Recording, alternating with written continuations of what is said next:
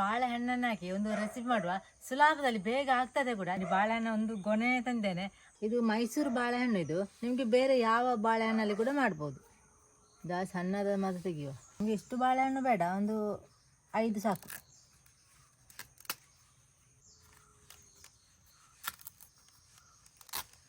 ಚಿಕ್ಕದಾದರೆ ಸ್ವಲ್ಪ ಜಾಸ್ತಿ ಹಾಕ್ಬೋದು. ನಿಮಗೆ ಜಾಸ್ತಿ ಸ್ವಲ್ಪ ಜನ ಇದ್ದರೆ, ಜಾಸ್ತಿ ಮಾಡೋದಿದ್ರೆ ನೀವು ಜಾಸ್ತಿ ಹಾಕೊಳ್ಬೋದು. ನಿಮಗೆ ಸ್ವಲ್ಪ ಸಾಕು, ಅದಕ್ಕೆ 5 ತಗೊಂಡದ್ದು.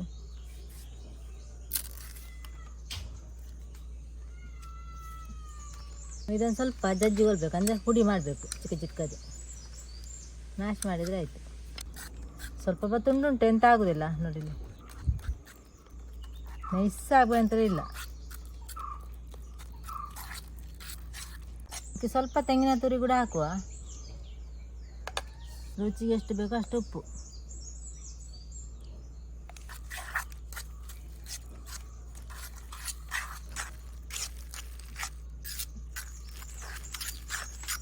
ಸ್ವಲ್ಪ ಹಾಕಿ ಹಿಟ್ಟನ್ನು ಹಾಕುವ. 1 ಕಪ್ ಆಗುವಷ್ಟು ತಗೊಂಡ್ರೆ ಆಯಿತು 5 ಬಾಳೆಹಣ್ಣಿಗೆ.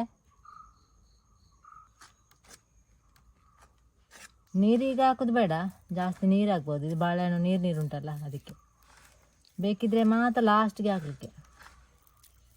ಇದು ನೋಡಿ, ಸ್ವಲ್ಪ ಗಟ್ಟಿಯಾಗಿ ಉಂಟು ನೋಡಿ. ಇಷ್ಟು ಗಟ್ಟಿ ಬೇಡ, ಸ್ವಲ್ಪ ನೀರು ಹಾಕುವ. ಹೀಗೆ ಮಾಡಿ ಹಾಕಿದ್ರೆ ಆಯಿತು. ಅದು ಒಮ್ಮೆಲೆ ನೀರು ಬೀಳ್ತದೆ.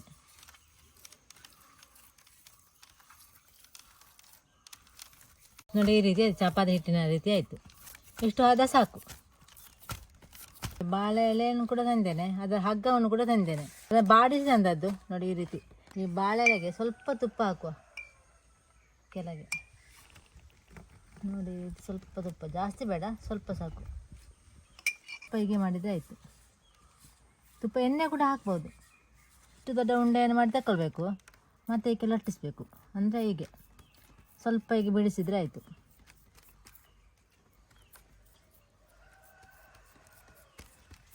ಸ್ವಲ್ಪ ತೆಂಗಿನ ತುರಿ ಹಾಕುವ.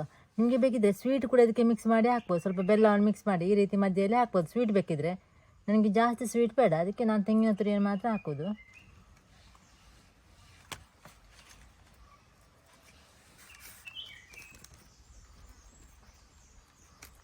ಇದನ್ನು ಈ ರೀತಿ ತೆಗೆದು ಈ ರೀತಿ ಮಾಡಬೇಕು, ಕಟ್ಟಿ ಇಡೋದು ಈ ರೀತಿ. ಮತ್ತು ಮಡಚಿ ಕೂಡ ಇಡ್ಬೋದು ನಿಮಗೆ. ನಾನು ಈ ರೀತಿ ಕಟ್ಟಿ ಇಡ್ತೇನೆ ನೋಡಿ. ಈ ರೀತಿ ಕಟ್ಟುವ.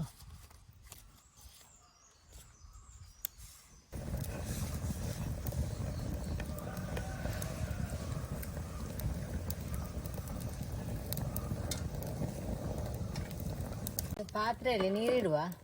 ಇದು ಬೇಕಂದ್ರೆ ನಿಮಗೆ ಇಡ್ಲಿ ಪಾತ್ರೆ ಬೇಕಂದ್ರೆ ಇಲ್ಲ, ಒಂದು ಪಾತ್ರೆ ಯಾವುದು ಕೂಡ ಆಗ್ತದೆ. ನಾನು ಮಣ್ಣಿನ ಪಾತ್ರೆಯಲ್ಲಿ ಇಡ್ತೇನೆ, ಮತ್ತು ಸ್ಟೀಲ್ ಪಾತ್ರೆಯಲ್ಲಿ ಕೂಡ ನಿಮ್ಗೆ ಇಡ್ಬೋದು ಬೇಯಲಿಕ್ಕೆ. ನೋಡಿ, ಈ ರೀತಿ ಮಾಡಿ ಇಟ್ಟಿದ್ದೇನೆ, ಇಷ್ಟಾಗಿದೆ. ಮತ್ತು ನಿಮಗೆ ಜಾಸ್ತಿ ಜನ ಇದ್ದರೆ ಸ್ವಲ್ಪ ಜಾಸ್ತಿ ಕೂಡ ಈ ರೀತಿ ಮಾಡಿರ್ಬೋದು. ನೀರಲ್ಲಿ ಬೇಯಿಸೋದು, ಈಗ ಇಟ್ಟು ಬಿಟ್ಟರೆ ಆಯಿತು ನೀರಲ್ಲಿ. ಇಡ್ಲಿ ಪಾತ್ರೆ ಅಂತ ಬೇಕಂತಲೇ ಇಲ್ಲ. ಈ ರೀತಿ ನೀರಲ್ಲಿ ಬೇಯಲಿಕ್ಕೆ ಇಟ್ಟರೆ ಆಯಿತು. ಎಂತ ಕೂಡ ನೀರು ಹಾಕಿ ಬೇಯಲಿಕ್ಕೆ ಇಡುವುದೇ. ಈಗ ಮುಚ್ಚಿಡುವ. ಅದಕ್ಕೆ ಒಂದು 10 ನಿಮಿಷ ಬೇಯಲಿ. 10 ನಿಮಿಷ ಬಂದರೆ ಸಾಕು.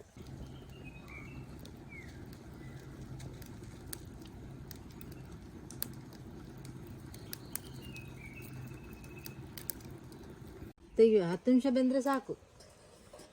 ಡೈರೆಕ್ಟಾಗಿ ನೀರಲ್ಲೇ ಬೇಯಿಸಿದಲ್ಲ, ಬೇಗ ಬೇಯ್ತದೆ. ಡೈರೆಕ್ಟಾಗಿ ತೆಗೆಯುವುದೇ. ನೋಡಿ, ಚೆಂದ ಬೆಂದಿದೆ. ಎಲೆ ಕೂಡ ಇದು ಚೇಂಜ್ ಆಗಿದೆ ಬಣ್ಣ.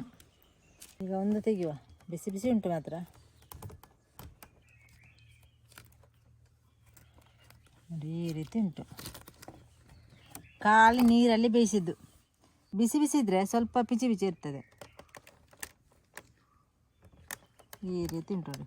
ಇದಕ್ಕೆ ಪದಾರ್ಥಲ್ಲಿ ಕೂಡ ತಿನ್ಬೋದು. ಪದಾರ್ಥ, ಚಟ್ನಿ ಯಾವುದಲ್ಲಿ ಕೂಡ ತಿನ್ಬೋದು. ಈಗ ಹೀಗೆ ಕೂಡ ತಿನ್ಬೋದು. ಸ್ವಲ್ಪ ಸ್ವೀಟ್ ಇರ್ತದೆ, ಜಾಸ್ತಿ ಸ್ವೀಟ್ ಇಲ್ಲ.